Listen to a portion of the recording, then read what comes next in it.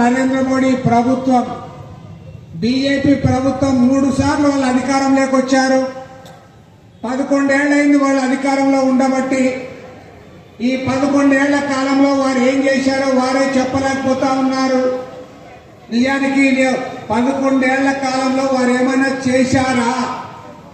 చేసింటే ఎవరు బాగుపడ్డారు? ఇవాళ ఎవరైనా మన కార్మికులు హమాలీలు బాగుపడ్డారా? మన రిక్షా దొక్కే వాళ్ళు బాగుపడ్డారా? ఆటో దోలే వాళ్ళు ఏమైనా బాగుపడ్డారా? మన చేనేత కార్మికులు ఏమైనా లబ్ధి పొందారా? గ్రామీణ ప్రాంతాల్లో వ్యవసాయ కార్మికులు ఏమైనా బాగున్నారా? లేదా రేయనక పగలనక కష్టపడి పనిచేసే మన రైతన్నలు వాళ్ళ జీవితాల్లో ఏమైనా మార్పు వచ్చిందా? ఎవరు బాగుపడ్డారో చెప్పమని మేము అడుగుతా ఉన్నాం.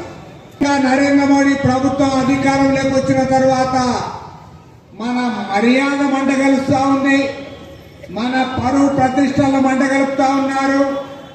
ఇవాళ అమెరికా అధ్యక్షుడు డొనాల్డ్ ట్రంప్ గారు నిన్న మాట్లాడతాడు.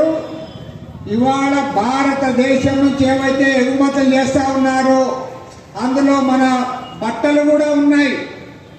వీటన్నిటిపైన కూడా 25% పన్నులు పెంచుతానంటా ఉన్నారు.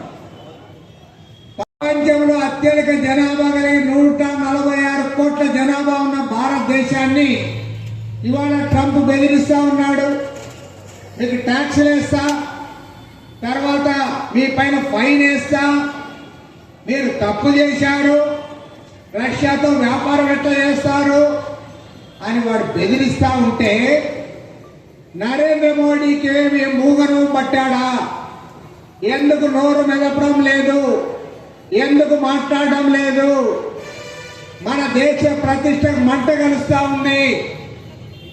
మననే ఇండియా పాకిస్తాన్ యుద్ధం అన్నాడు. ఇవాళ ట్రంప్ ఏమంటున్నాడు? 26 సార్లు చెప్పాడు ఇండియా పాకిస్తాన్ యుద్ధం చేస్తా ఉంటే నేనే వాళ్ళకి చెప్పాను, మీరు యుద్ధం ఆపుతారా లేదా? మీరు యుద్ధం ఆపకపోతే మీతో వ్యాపార లావాదేవీలేమీ ఉండవు అని నేను ఎప్పుడైతే చెప్పానో పాకిస్తాన్ వాడు తోకముడిచాడు, నరేంద్ర మోడీ జెండా ఎత్తేశాడు, వాళ్ళిద్దరూ రాజీ పడ్డారు, యుద్ధం ఆపుకున్నారని ఒకసారి కాదు 22,000. అయ్యా ఇవాళ మన రాష్ట్రంలో పెన్షన్ ఎంతయ్యా? పెన్షన్ నెలకు 4,000. నెలకు 4,000 పెన్షన్ పేదవాడికి ఇస్తా ఉంటే రైతులకు ఏమిస్తావు? 4 నెలలకు ఒకసారి 2,000 ఇస్తానంట. రైతులు ఏమన్నా భిక్షగాలని అడుగుతా ఉన్నా? వాళ్ళేమన్నా భిక్షగాల? వాళ్ళ కష్టజీవులు కాదా? వాళ్ళు పంటలు పండించడం లేదా?